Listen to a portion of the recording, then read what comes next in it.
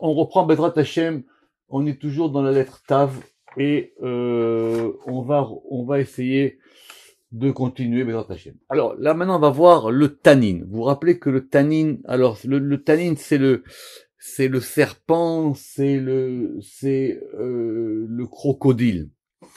Et on trouve évidemment ça plusieurs fois, par exemple dans la création du monde, aussi on va en parler, et aussi quand on a parlé aussi, vous vous rappelez, à propos de Pharaon et de l'Égypte. Alors, à propos du tanin à Gadol, le grand tanin, Rabbi Shem de Yochai, il a dit que c'était lié à Tiferet, parce que vous vous rappelez que Tiferet, qui a Tiferet ou à Briach à Tichon, il est vous savez, c'est cette barre transversale qui est au milieu des planches et il s'appelle le tanin à Gadol. Est-ce que vous vous rappelez qu'on avait vu aussi quelque chose qui avait été assimilé par certains commentateurs comme ressemblant au tanin dans le Sefer Yetzira, quand on a parlé, vous vous rappelez du tali. Le tali, c'était cette espèce de grand dragon qui allait d'un côté à l'autre de la constellation. Après, on a une deuxième expression qui s'appelle les taninim agedolim, c'est-à-dire les grands taninim. Alors ça, c'est expliqué dans le Zohar, dans Parashat Shemini, et voilà qu'est-ce qui est marqué là-bas. Et ataninim agedolim, c'est-à-dire quand Dieu il a créé les grands taninim, c'est dans la Genèse, en 1:21. Vous vous rappelez qu'après on avait dit aussi que peut-être c'était aussi le Léviathan, il y en avait un grand, il y en avait un petit. Alors on va regarder ça tout de suite. Genèse 1:21. Que vaïvra Elohim et taninim agedolim.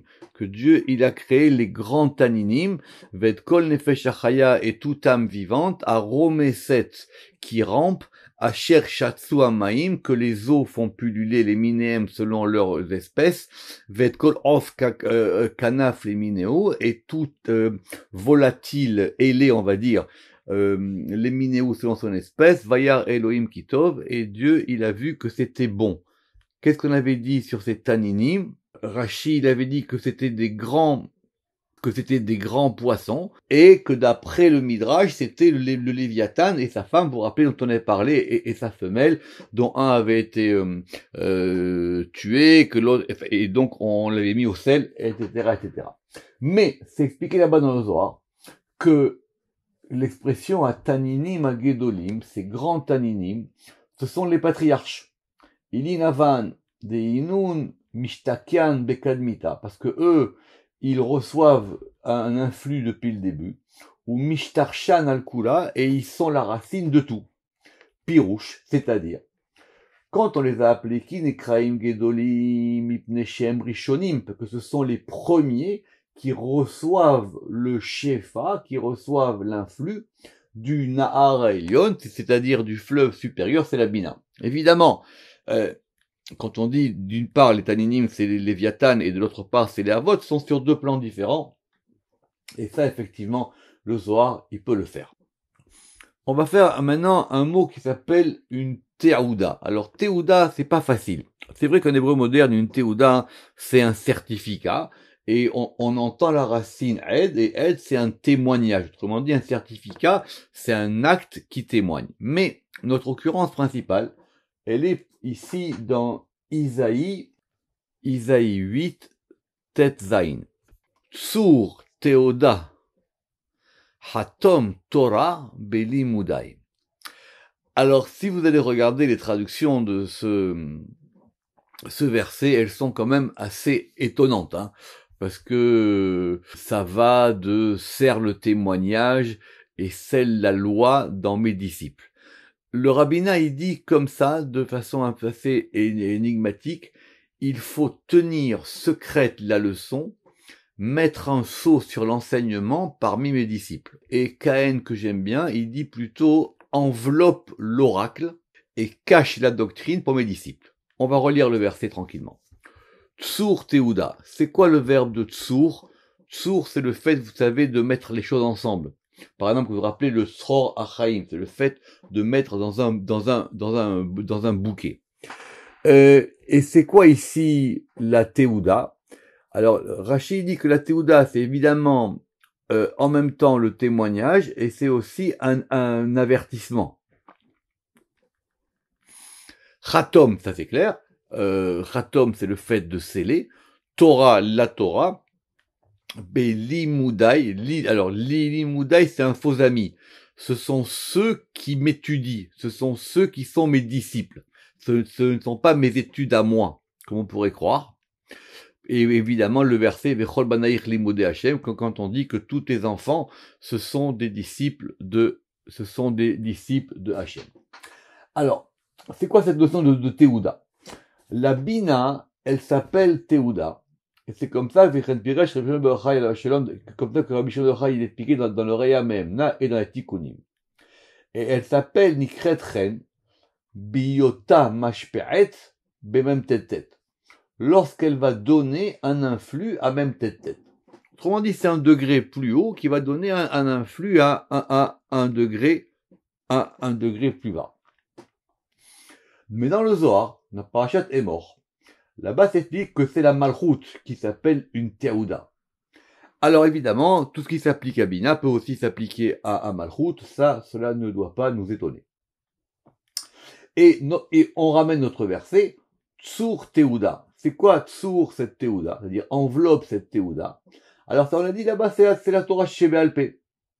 C'est la Torah qui est sur la bouche, Begin de Taman, parce que là-bas, Itatser Tserura Dechaye. Et on retrouve notre expression de Tsor. Parce que là-bas est mise en bouquet le bouquet de toutes les vies. Ou Beteuda Itkacher Keshira ou Kishra Dechaye. Et dans ce témoignage, dans ce Teuda là ici, comme on avait dit, le témoignage ou la leçon, ou Caïn, il a traduit comme étant même l'oracle. Donc qui est la tâche de tout, d'en haut, les me'eve kulachat, pour que tout soit un. Fin de citation du Zohar. Explication. La Malchut, elle s'appelle Théouda, qui inikret Théouda, mipne sheba, parce que c'est en elle, mitiardim achaim shel la Bina, que vont s'unir les vies de la Bina. Ou mipne shemekabelet me'abina, et parce qu'elle va recevoir de la Bina, elle s'appelle comme elle. Évidemment, la Malchut et la Bina, elles ont un axe, on va dire direct, entre les deux. Et donc, ce qu'on applique à l'un, on peut en général l'appliquer à l'autre. Et quand le Zohar, il a dit là-bas, Itatsa, c'est-à-dire de Milachon Tzror, c'est pour expliquer que ce Tsur Théouda vient de Tzror, comme je vous l'ai dit. Ou Mashama Itkasha Keshra, et donc ce qui a été dit d'attacher cette attache, c'est pour expliquer le mot de Théouda. On peut juste regarder cette notion très importante, vous vous rappelez de Troach Chaim, vous vous rappelez, c'était la bracha qu'on avait faite au roi David quand on lui avait dit que ton âme, elle soit mise dans le faisceau des vivants. Ah oui, on avait dit, on a traduit aussi par faisceau. C'est à la fin de l'article Tzadé, et effectivement, c'était très compliqué parce qu'on avait là-bas plusieurs avis sur cette notion de Troucha des Chaim, et on avait aussi Tzror Amor, donc revoir là-bas. On continue maintenant, et on va faire une notion fondamentale, qui est la notion de Tiferet. Alors Tiferet, quand on avait commencé à traduire avec M. Seban, on s'était posé une grande question. D'abord, Tiferet, a priori, c'est un féminin. Ok. Et évidemment, Tiferet, ça désigne la Séphira Tiferet. Évidemment, j'espère que ça, vous le savez. Et qu'est-ce que ça veut dire? Alors, c'est vrai que quand on regarde les traductions, des fois on dit la splendeur, des fois on dit la beauté. Mais vous avez bien compris que c'est une Séphira centrale. Et si elle est centrale, et que vous vous rappelez que c'est le Vav, et qu'elle contient tout en elle, et que tout est par rapport à son centre, il faut comprendre c'est quoi cette notion de PR.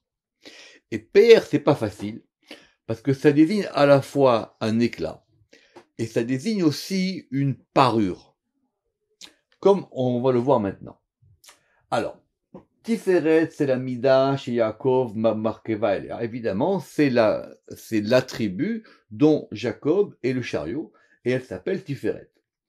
Et ça vient de Poroth dans Ézéchiel 17:6. Alors, Vaïtzmach. Vahi legefen sorahat shiflat koma lifnot daliotav elav veshorashav tartav yiyu vatehi legefen vataaz badim vateshalach porot. Il faut être précis. Regardons ce verset dans Ézéchiel. De quoi il s'agit? On a dit Vaïsmar, et il a poussé. D'accord? Ça c'est clair. Alors évidemment, il dit qu'il s'agit du rejeton où le plant a poussé. Vahi legefen, et il est devenu une vigne sorachat. Sorachat, ça veut dire qu'elle grandit. Donc ici, il a dit une vigne étendue. Shiflat koma, et qui est d'une stature basse. Il a traduit ici de basse espèce. Shiflat koma, lifnot daliotav, dont les branches, alors l'ifnot, en direction que ces branches élavent vers lui. Vers lui, il s'agit de l'aigle dont on a parlé plus haut. Veshorashav, et les racines, tartav, étaient sous lui. Vaïhi, et il est devenu une vigne. Vataas badim, et elle a porté, alors Vataas badim, elle a porté, on va dire, des rameaux. Vateshalach, et elle a envoyé des pampres. C'est comme ça que c'est traduit. Rashi dit sur Peraot, anafim rabim. Ça veut dire que ça désigne quelque chose qui est foisonnant. La première notion de Tiferet, c'est quelque chose qui foisonne, quelque chose qui s'étend. Et on retrouve cette expression dans l'Exode 29, 39, 28. C'est important ces versets parce que Tiferet, c'est quand même une notion importante et on dit beaucoup de bêtises, évidemment, quand on ne fait pas attention. Alors, si je ne me trompe pas, là-bas, on va parler de la tiare. Donc, effectivement, on parle de la tiare, c'est la misnefet, shesh, et elle est faite de lin. Vous vous rappelez qu'on avait dit que shesh, c'était le lin. Alors, je sais pas pourquoi ici, on a traduit comme étant du lin fin, comme s'il y avait, d'accord. La tiare, elle est de lin fin. Ve'et par e amigbaot, et lui, il a traduit là-bas comme étant des bonnets. C'est-à-dire, vous voyez, vous avez une tiare, et c'est au-dessus, par e amigbaot. C'est-à-dire, ce sont, comme si c'était des bonnets et migbaot d'ornement. Shesh, qui sont aussi de fin. Alors lui, il traduit shesh par étant du coton. Ve'et mirnese abad, et les mirnese, ce sont des pantalons, des caleçons qui sont eux aussi faits de lin. Et vous vous rappelez qu'on avait dit shesh mojzar, vous vous rappelez qu'on avait parlé de ce shesh mojzar, qui était cette espèce de lin tressé. Dans les traductions un peu classiques, on dit du lin retors, et même des fois, on va dire, parce que vous savez que c'était l'une des particularités de la manière dont on tissait des tissus dans l'Antiquité, et le nom scientifique pour ça, c'est du byssus retors. Mais en tout cas, vous voyez bien que paré à Mikbaot, ça indigne aussi une parure, un bouquet d'ornements, les ornements des hauts bonnets. Comment c'est traduit dans le rabbinat? Il dit aussi des turbans pour les coiffures. Donc, vous voyez bien qu'on est loin de la notion de beauté ou de splendeur. C'est vrai que maintenant, les hit pa'er, on va le voir, ça veut dire aussi quelque chose qui resplendit. Donc Tiferet, c'est soit la splendeur, soit la parure, c'était comme ça qu'on avait traduit. Et donc, ou piroucho. Et donc ça veut dire quoi? Anafim ou saïfim sont comme des branches qui vont foisonner. Veinikretken. Et donc cette mida, elle s'appelle Tiferet de ce nom-là. Keshe imitlabeshet bechol afefirot. Lorsqu'elle s'habille, lorsqu'elle va se parer de toutes les sphirotes, ou bechol agvanim, et de toutes les nuances, de toutes les couleurs. Venikret gamken lachon pr, et effectivement, ça peut désigner aussi quelque chose qui est resplendissant. Besheka asher imit la beshet bagvanim, parce qu'effectivement, lorsqu'elle va recevoir et elle va s'habiller de tous ses aspects, de toutes ses couleurs, alors ça s'appelle méfoar. Méfoar, en hébreu, c'est clair, c'est quelque chose qui est même splendide. Ve'az nikra tiferet. Donc, c'est un sujet très précis, tiferet. C'est vrai que c'est la splendeur, mais c'est la splendeur lorsqu'elle reçoit de tous les côtés. De la même manière que vous voyez bien que ce vav de Tiferet ou Tiferet lui-même, c'est lui qui représente les 6 extrémités. D'ailleurs, c'est le vav, à pour Gematria 6, évidemment. Et c'est expliqué dans la Malchut, que la Malchut, qui a Malchut, Bekabalta minamida azot, lorsque la Malchut, elle va recevoir de Tiferet, évidemment les deux sont liés, elle peut s'appeler aussi Tiferet, ce qui expliquerait le féminin de Tiferet. Agave, vous savez que par exemple, on dit que Chochma, c'est à droite. Mais Chochma, c'est féminin en hébreu. Donc faire très attention au nom des sirotes par rapport à ce qu'elles peuvent, à ce qu'elles peuvent désigner. VFSHA. Et donc le Rama qui dit quand même comment est-ce que Malchut peut s'appeler Tiferet. Shamida Azot Nikret Mefoar, que donc la Malchut, elle peut s'appeler comme étant splendide. Vers Malchut Mitsido Tiferet, et effectivement, elle peut recevoir ce degré de Tiferet, et on a expliqué ça à l'article Gedoula. Alors Gedoula, on va revoir. Vous vous rappelez que Gedoula, c'est le nom classique qu'on donne à Chesed. Et on avait dit que la Malchut aussi, elle peut s'appeler Gedoula, lorsqu'elle va recevoir de ce côté-là. Bine Piresh qui a Malchut Nikret Gedoula, Gevura et Tiferet.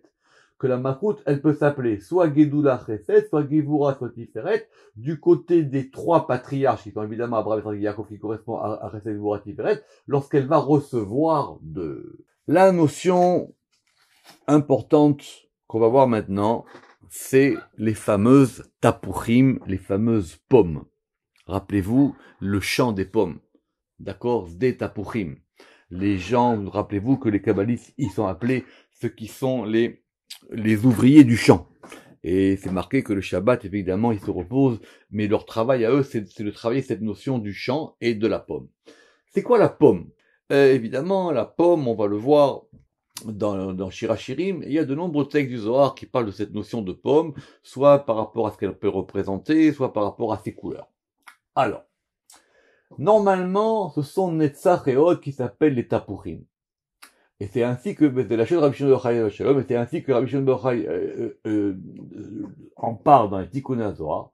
Quand il y a marqué là-bas, vous vous rappelez dans Shirachirim, Repadouni betapuchim. Donc on va revoir ce verset, Cantique des Cantiques 2.5. Samechuni ba'ashishot, Rapedouni batapuchim, ki cholat avat ani. Alors, Samechuni, ça veut dire soutiens-moi. Alors, Ashishot, en général, on dit que on traduit comme étant des gâteaux de raisin. C'est vrai que Ashishot, ça vient du vin. En tout cas, c'est une espèce de mixture et elle lui demande que de l'aider. La fin du verset le prouve, elle dit parce que je suis malade. C'est elle, évidemment, c'est elle qui parle dans Shirachirim.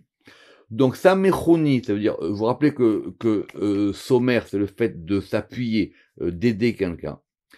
Et après, elle dit Rapedouni batapuchim. Alors, ça vient, c'est quoi cette histoire de Rapedouni batapuchim? Alors, en général, on traduit par fortifiez-moi, fortifiez-moi ou soutenez-moi. Alors, il est marqué, ouais, donc ça dépend comment on va placer les deux. Et la Bible du rabbinat, elle dit restaurez-moi avec des pommes. Alors ça veut dire quoi? Que la Malchut, elle demande, que c'est la Shrina, elle demande à avoir ce soutien des pommes là. Évidemment, Yahin, c'est un autre sujet, c'est le début du verset. Inun tre simche keshut, et donc ce sont les deux simche, les deux soutiens, parce qu'évidemment le verset, il a dit soutien sa mère. Ce sont les deux soutiens de vérité, et les deux soutiens de vérité, c'est l'expression générale qu'on a pour désigner Netzach et Od, qui sont Deinan, Deinun, Chivar, Vesuma, qui correspondent donc à ces deux couleurs, et qui correspondent au Tapuchim, c'est-à-dire le blanc et le rouge. Et elle s'appelle Tapuchim, pourquoi? Chez Sham Reach Abrit Bazivug. Parce que la pomme, elle a aussi une odeur, et c'est l'odeur de l'alliance de ces deux éléments. Velo yikreu tapuchim ela besod netiatam la chesed. Et tapuchim, ça indique aussi une tendance vers le chesed, le côté blanc de la pomme, les albina adom qui va donc blanchir le côté rouge, ou les apig ayain à meshaker et qui va donc diminuer l'influx du vin par rapport à ce verset-là. Et c'est comme ça que c'est expliqué dans le Zohar dans Parashat Shemini. Simplement, on a l'impression là-bas, et là chez Nirel Misham qui guimel la vote gamken ikre tapuchim, que tapuchim ça correspond aussi aux trois patriarches. Et tout est un. Parce qu'évidemment, on va considérer que dans la pomme, il y a au moins trois couleurs, le blanc, le rouge et le vert, qui vont donc correspondre à Chesed, Gvura et Tiferet. Donc tout ça va dans le même élément. Et de toutes les manières, même si on dit que c'est Netzach et Hod, qui m'a assez avot, qui a Abanim, parce que ce sont les actions des pères qui vont faire les enfants, et Netzach et Hod, évidemment, il faut considérer les enfants par rapport à Chagat, Chesed, Gvura et Tiferet. Et dans le Zohar, dans Parashat Acharemot, c'est expliqué là-bas que c'est Tiferet qui est appelé Tapouar. Pourquoi? Parce que dans le Shir HaShirim, vous vous rappelez, on a ce verset, qui est Tapouar Ba'atse Ayar. Et elle dit, mon bien-aimé, il est comme une pomme parmi les arbres des champs. Vezé les chonos. Voilà ce que dit le Zohar là-bas. Bekula, Kam Meshabahale. Et dans tout, lorsqu'elle va le louer. Begvanin, par des couleurs. Berecha, par une odeur. Ou Betahama, et par un goût. Matapouar, de même que la pomme. I azvata lechula. La pomme, c'est quelque chose qui fait du bien au corps, c'est presque un médicament. Of akadosh baruchu azvata lechula. Alors le Saint béni soit-il aussi, il est lié à Tiferet, il est lié aussi à ce degré de la pomme. Matapouar ishtakar begvanin. De même que la pomme, elle a plusieurs couleurs. Kema deukimna, comme on l'a établi. Aussi, alors le Saint béni soit-il, il se tient par rapport aux couleurs supérieures. Matapouar idberear dakik, yatir mikol shar ilane. De même que la pomme, elle a une odeur particulière plus que tous les autres fruits, ou les autres arbres. De même, le Saint béni soit-il, il y a marqué vereach lo kalevanon, et quand vous vous rappelez dans Shir HaShirim, elle a dit, et il a l'odeur du Liban.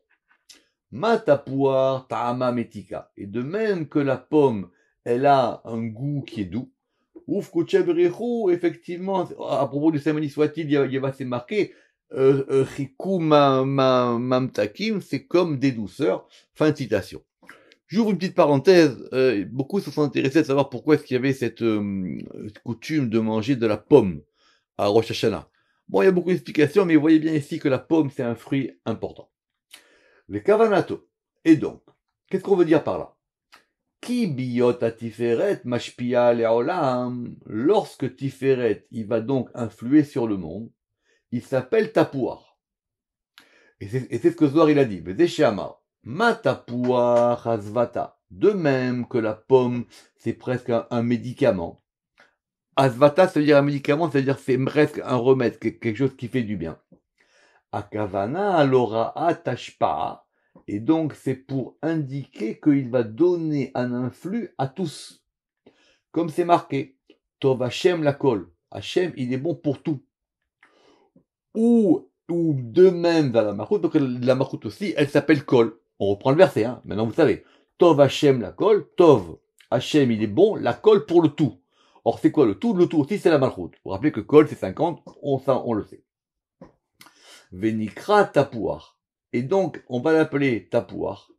Biyot Kaloul, lorsqu'effectivement, Tiferet, il va être Tapouar, lorsqu'il va être totalisé, c'est-à-dire qu'il va avoir en lui les 3 degrés.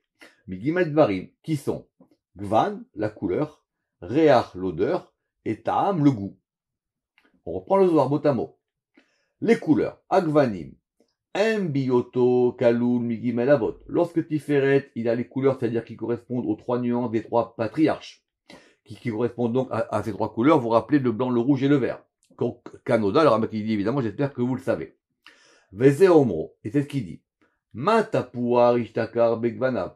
On a dit, de même que la pomme, elle a ses couleurs, ça béni soit-il aussi, Koucha Berechou aussi, Av Koucha Berechou, il a aussi ses degrés des couleurs. Donc lorsque Tiferet, il reçoit d'abord des trois côtés, Chesed Vora Tiferet.